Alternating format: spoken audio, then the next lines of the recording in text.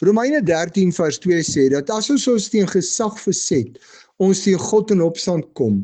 God wil hê dat daar in elke land 'n regering moet wees om die reëls vir 'n ordelike samelewing daar te stel.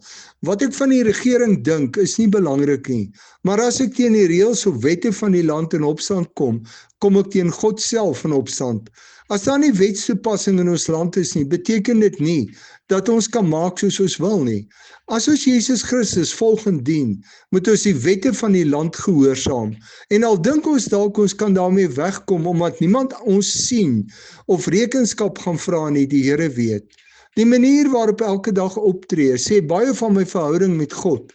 As die wet sê ek mag nie meer as 0,05 gram alkohol per 100 milliliter in my bloed hê as ek bestuur nie, wat sê dit van my verhouding met God as ek meer as dit in my bloed het? Selfs al sien of weet niemand anders dit nie.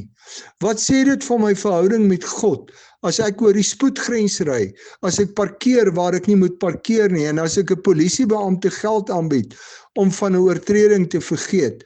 Sê dit dat ek Jesus Christus volg? Romeine 13 vers 2 sê, as ek my teen gesag verset, ek in opstand kom teen 'n instelling wat God gegee het om ons mee te beskerm. As ek my verset teen wette wat gemaak is om 'n ordelike samelewing daar te stel, kom ek teen God self in opstand. Hoe voel jy daaroor dat die Bybel sê jy teen God in opstand kom as jy oor die spoedgrens gaan of ander wette oortree? Wat sê dit van jou verhouding met God?